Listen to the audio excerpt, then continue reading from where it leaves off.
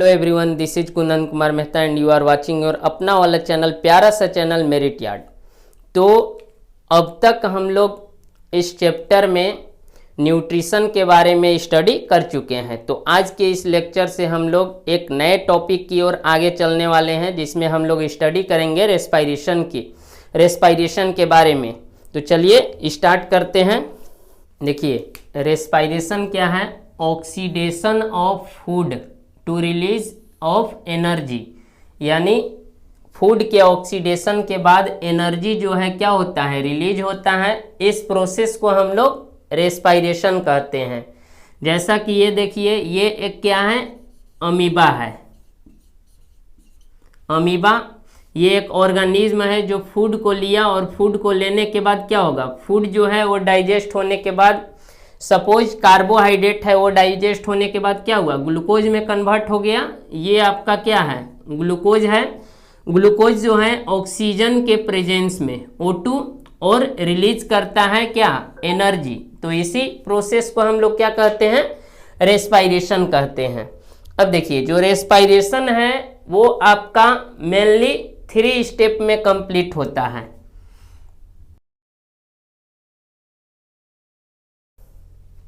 देखिए, जो 3 स्टेप्स है वो कौन कौन से हैं? फर्स्ट है breathing, second exchange of gases और थर्ड सेलुलर रेस्पायरेशन। तो पहले हम लोग समझते हैं ब्रीदिंग क्या होता है। ब्रीदिंग का मतलब है सिंपली O2 को इनटेक करना और CO2 को रिमूव करना, यानी और रिलीज करना।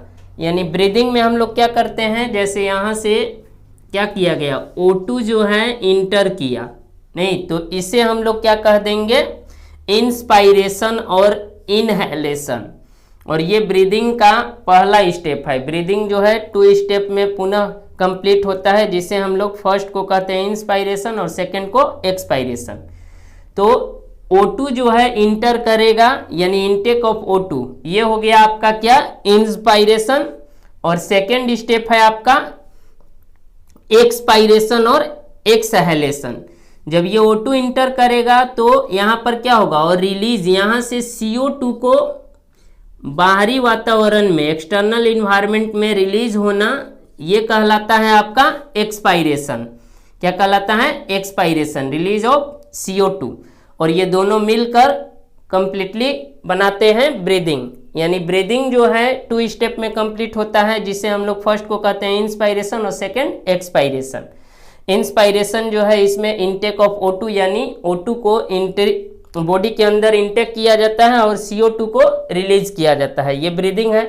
अब देखिए, यहाँ पर सेकेंड जो स्टेप है आपका क्या है, एक्सचेंज ऑफ गैसेज, गैसों का आदान प्रदान। तो गैसों का एक्सचेंज जो है कहाँ कहाँ होता है, तो फर्स्ट जो है आपका एक्सचेंज जो है, फर्स्ट एक्सचेंज, देखिए एक्सचेंज जो है गैस का 2 जगह पर होता है, 2 साइड। फर्स्ट जो है आपका है एल्व्यूलस, यानी कोपिका जो है, ये देखिए लंग्स के अंदर क्या पाए जाते हैं, बैलून लाइक स्ट्रक्चर, जिसे हम लोग एल्व्यूलस कहते हैं, सिंगुलर, और एक से अधिक के लिए हम लोग कहते हैं एल्व्यूलाई। तो यहाँ पर फर्स्ट बार एक्सचेंज होता है। सेकेंड जो है आपका एक्सचेंज जो है टिश्यू लेवल पर होता है। तो देखिए, फर्स्ट जो है एक एल्व्यूलस को हम लोग दिखाते हैं, ड्रॉ करते हैं यहाँ पर समझने के लिए।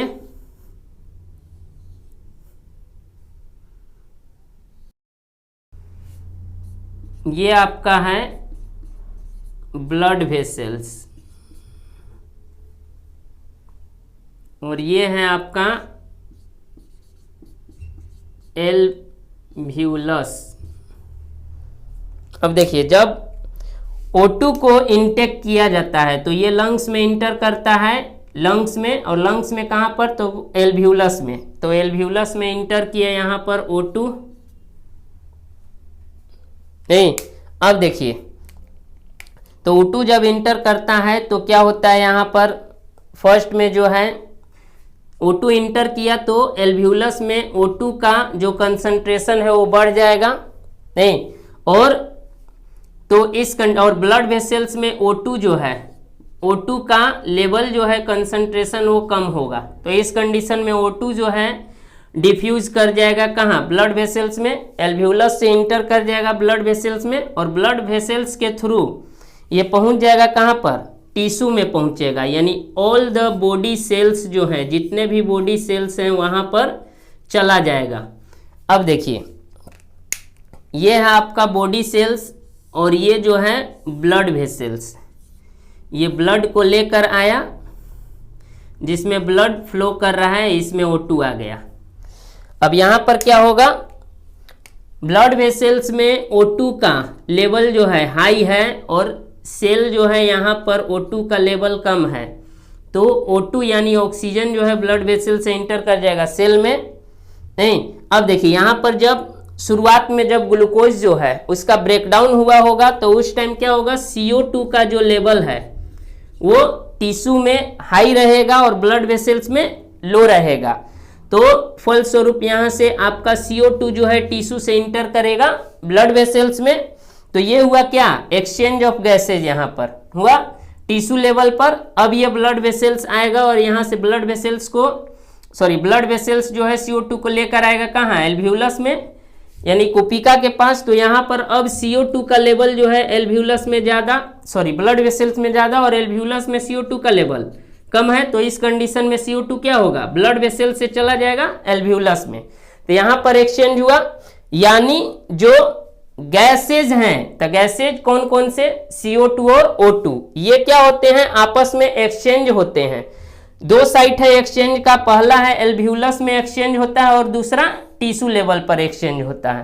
तो ये है एक्सचेंज ऑफ गैसेज, समझ में आया। अब देखिए यहाँ तक, इसके बाद क्या होता है, एल्व्यूलस में आ गया CO2, इसके बाद क्या होगा, जब अब एल्व्यूलस में CO2 का अमाउंट ज्यादा है और एक्सटर्नल इन्वायरमेंट जो है, एक्सटर्नल इन्वायरमेंट वहां पर CO2 का लेवल क्या है, बहुत ही लो है। तो इस कंडीशन में क्या होगा, ये CO2 डिफ्यूज कर जाएगा एक्सटर्नल इन्वायरमेंट में। तो ये हुआ आपका रिलीज हो गया CO2, इसी को हम लोग क्या कहते हैं, एक्सपायरेशन भी कहते हैं। तो ये हो गया आपका क्या, एक्सचेंज ऑफ गैसेज। अब देखिए जो लास्ट स्टेप है, थर्ड जो है क्या है, सेलुलर रेस्पिरेशन। तो इसे समझने से पहले हम लोग इसे इरेज कर लेते हैं। देखिए तो अब हम लोगों को क्या पढ़ना है, लास्ट जो स्टेप है जिसे हम लोग सेलुलर रेस्पिरेशन कहते हैं, यानी सेल के अंदर क्या होगा, रेस्पिरेशन। तो इसे हम लोग सेलुलर रेस्पिरेशन कहेंगे। यानी सेल के अंदर क्या होगा, ग्लूकोज जाएगा, वहां पर उसका ब्रेकडाउन होगा और रिलीज होगा एनर्जी। तो मान लीजिए ये हमने एक सेल बनाया, इसको बड़ा सा बनाते हैं ताकि समझ में आ जाए अच्छे से। ये एक बना सेल है। अब देखिए जो भी हम लोग फूड इनटेक करते हैं वो क्या होता है, डाइजेस्ट होता है, उसके बाद वो कन्वर्ट होता है ग्लूकोज में, स्पेशली कार्बोहाइड्रेट, और फिर वो इंटर करता है कहाँ पर, ग्लूकोज जो है इंटर करता है सेल में। तो ये देखिए आपका ग्लूकोज हो गया। अब देखिए जो ऑक्सीजन हम लोग इनटेक किए हैं, यहाँ पर इंटर किया है ऑक्सीजन गैसियस एक्सचेंज में टिश्यू में, यानी सेल में गया ऑक्सीजन, और ऑक्सीजन जो है सेल में इंटर करने के बाद यहाँ पर क्या होता है, दो प्रोसेस होता है। एक को हम लोग कहते हैं ग्लाइकोलिसिस, जो कि साइटोप्लाज्म में होता है। ये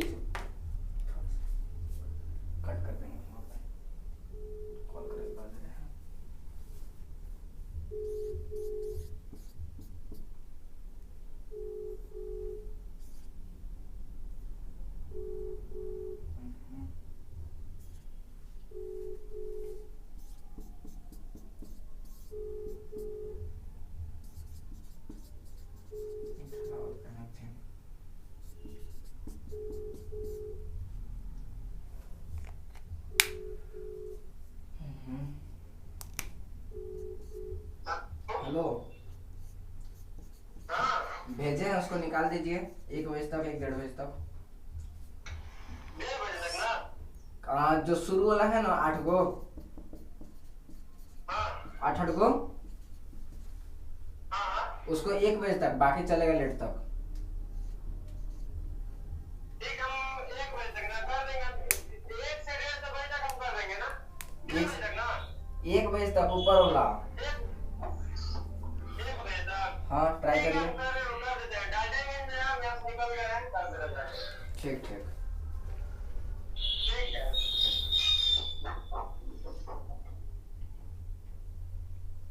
अरे इधर डालते हैं से थे। तो क्या दिक्कत है? 1 बजे तक हो जाएगा। क्या बजता है? 12:26। वो आ जाएगा 20 मिनट में यहाँ। देखिए, तो जो भी हमने ऑक्सीजन इंटेक किया है वो सेल में आ गया, और सेल में यहाँ पर क्या है? ग्लूकोज है। ग्लूकोज जो है ऑक्सीजन के प्रेजेंस में क्या होता है? ब्रेक होता है।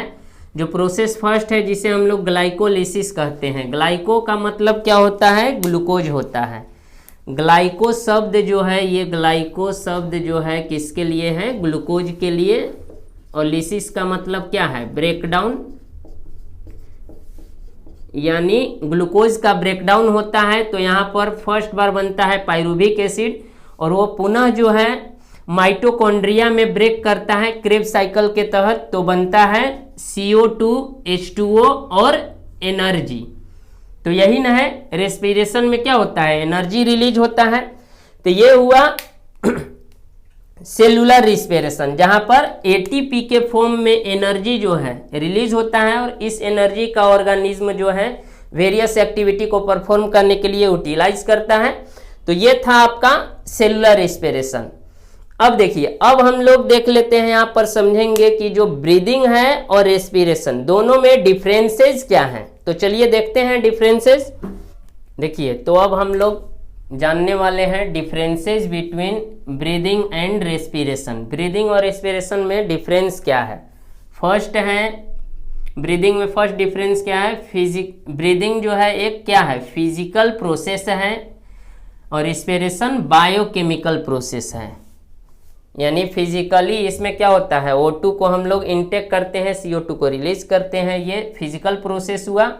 और ये क्या है? बायोकेमिकल्स, यानी यहाँ पर किसी न किसी केमिकल्स का उपयोग किया जाता है।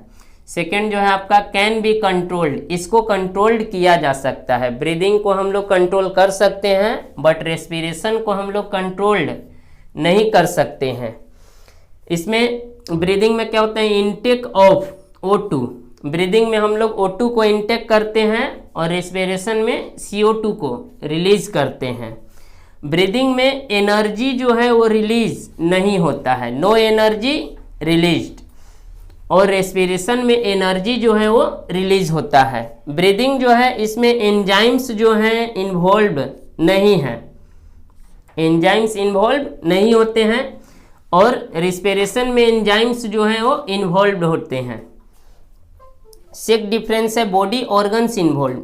ब्रीदिंग में बॉडी ऑर्गन्स इन्वॉल्व होते हैं, जबकि यहाँ रेस्पिरेशन में बॉडी सेल्स इन्वॉल्व होते हैं। और लास्ट डिफरेंस, ब्रीदिंग में क्या होता है? 2 स्टेप। फर्स्ट जो है वेंटिलेशन, जिसमें हम लोग O2 को इनटेक करते हैं और CO2 को रिलीज करते हैं, और दूसरा स्टेप जो है इसमें गैसियस एक्सचेंज, गैसों का जो एक्सचेंज होता है, आदान प्रदान, वो। और रेस्पिरेशन में केवल और केवल ऑक्सीडेशन होता है फूड का, और उसके परिणाम स्वरूप क्या होता है? एनर्जी रिलीज होता है। तो ये था आपका डिफरेंस ब्रीदिंग और रेस्पिरेशन में। तो आज के लेक्चर को यहीं पर स्टॉप किया जाता है। अगले लेक्चर में हम लोग इससे आगे स्टडी करेंगे। तब तक के लिए आप लोग पढ़ते रहें। थैंक्स।